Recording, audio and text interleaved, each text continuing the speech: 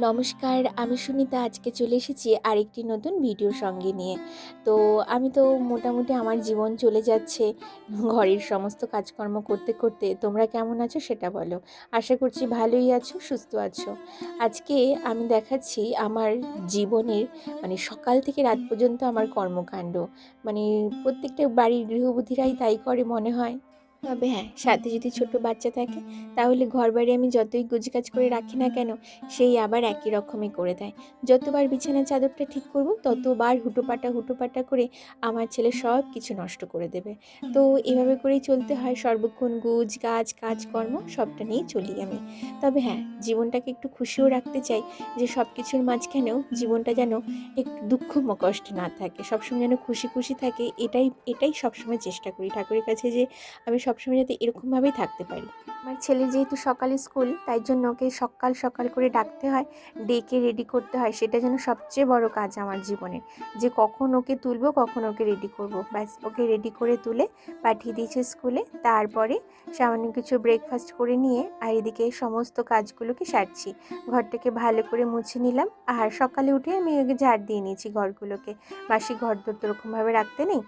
তারপরে ঝাড় দেওয়ার পরে এদিকে কাজগুলোকে করার জন্য আমি বাইরের যে সিঁড়িগুলো থাকে, সিঁড়িগুলোকে ঘর মোছার পরে ভালো করে জল দিয়ে ধুয়ে নিয়েছি। ঘরের প্রত্যেকটা কাজ হয়তো সেভাবে দেখানো যায় না, তো তবুও আমি যতটা চেষ্টা করি তোমাদের সাথে একটু শেয়ার করি। তো সমস্ত কাজগুলোর মাঝখানে অন্যান্য কাজ, যেমন বিছানা তোলা, ঘর ঝাড় দেওয়া, আর তাছাড়া কিছু পুজোর কাজ থাকে, সকালে একটু ফুল তোলা থাকে, সেগুলো আজকে দেখাচ্ছি না। তো এদিকে চলে এসেছি দুপুরে রান্নার মেনুতে। দুপুরবেলা আজকে করেছিলাম বেগুন পোড়া। তো বেগুন পোড়া দিকে হয়ে গেছে। বেগুন পোড়াটা তৈরি করে আমি ভালো করে পেঁয়াজ আর কাঁচা লঙ্কা, ধনে পাতা দিয়ে আর একটা টমেটো দিয়ে মাখিয়ে নিয়েছি। আর এদিকে করেছিলাম আজকে রুই মাছ। আলু দিয়ে ঝোল করবো, তাই এখন আলুটা কেটে নিচ্ছি। আমার গ্যাস টেবিলটা দেখতে ভীষণ অগোছালো লাগছে দেখে, তবে হ্যাঁ, রান্নার পরে আমি সবটা পরিষ্কার করে দিই। যখন আমি একা হাতে রান্না করি তখন একদিকে রান্নাটা করতে থাকি, একদিকে কড়াই এটা ওটা নাড়তে থাকি, আরেকদিকে সবজি কাটতে থাকি, আর আরেকদিকে বেগুন ভাজা। তো সবটা একা হাতে করতে হয় বলে রান্নাঘরে একটু বিশৃঙ্খল অবস্থা হয়ে থাকে বটে, কিন্তু রান্না হয়ে যাওয়ার পরে আমি সমস্ত কিছুগুলো পরিষ্কার পরিচ্ছন্ন করে একদম রেডি করে রাখি, যাতে রান্নাঘর দেখে মনে হয় না এখানে রান্না হচ্ছে। আমি যতটা পারি চেষ্টা করি।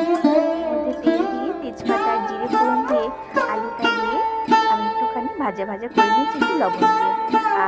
আর যেভাবে মাছের ঝোল সবাই করে আমিও সেভাবে করি, আদা বাটা, জিরে বাটা, এইভাবে করেই মাছের ঝোলটা করি। তো এইভাবে করে খেতেও বেশ স্বাদ হয়। আর সমস্ত কাজগুলোর মাঝখানে এই যে টুকটাক কাজ থাকে, সেগুলো তেল ভরে নেওয়া, যা যা থাকে, যা যা ভরে নেওয়া, সমস্ত কিছুগুলোকে ধীরে ধীরে ধীরে ধীরে গুছাতে থাকি। একদিকে রান্নাটা বসিয়ে দিই, তা না হলে বড্ড দেরিতে হয়ে যাবে।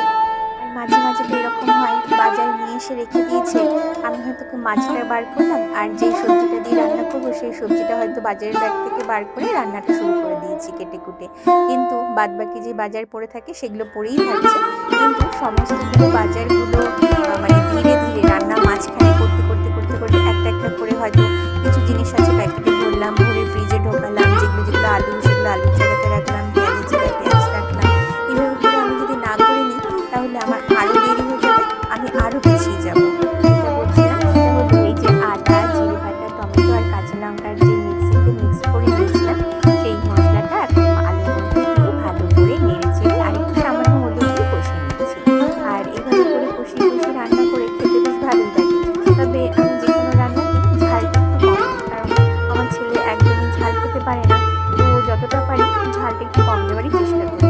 আর আমি সবসময় ফ্ল্যাক্সের মধ্যে গরম জল রেখে দিই, যাতে যে কোনো তরকারি হলে আমি গরম জলটা দিয়ে নেড়ে চেড়ে নামাতে পারি। ফলে আমার মাকে দেখতাম যে গরম জল দিলে পরে বলতো তরকারি টরকারি সমস্ত কিছু ভালো টেস্ট আসে। তাই জন্য আমি সবসময় গরম জল দেওয়ার চেষ্টা করি। রান্না করবো বলে শাকটাকে ভালো করে বেছে ভালো করে ধুয়ে নিয়ে আর এদিকে ভালো করে কুচিয়ে নিচ্ছি নিয়ে করে। যতটা পারি পারি, আর বেশিটা আমি পারি না এর মধ্যে, তবে চেষ্টা করি। আর আমি এভাবে করে সবসময় করে থাকি। আর আমার না নিচের থেকে উপরে গ্যাস টেবিলের বটিটাকে নিয়ে এভাবে করে করতে সুবিধা হয়, কারণ মাঝে সাথে ছেলে চলে আসে, কখন যে কি অঘটন ঘটে যাবে তার কোনো ঠিক নেই। তার থেকে আমার যখন দরকার হয় বটিটাকে নিয়ে তুলি, আর যখন দরকার না হয় বটিটাকে নামিয়ে রাখি। শাকটা অনেক হয়ে গেছে,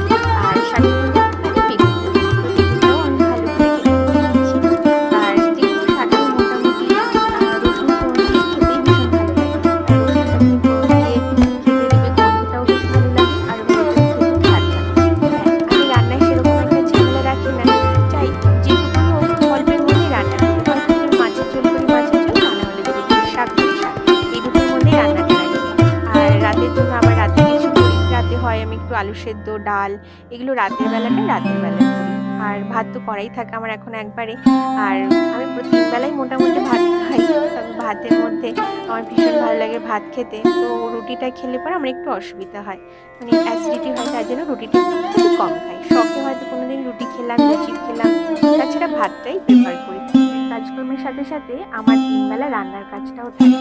তো 3টে বেলায় রান্না করে সকালে যদি কিছু করি, আবার দুপুরে, আবার রাতে, এইভাবে করেই চলতে হয়। আর এদিকে জামা কাপড় যেগুলো আমি বাইরে মেলেছিলাম সেগুলো মোটামুটি প্রায় শুকিয়ে গেছে।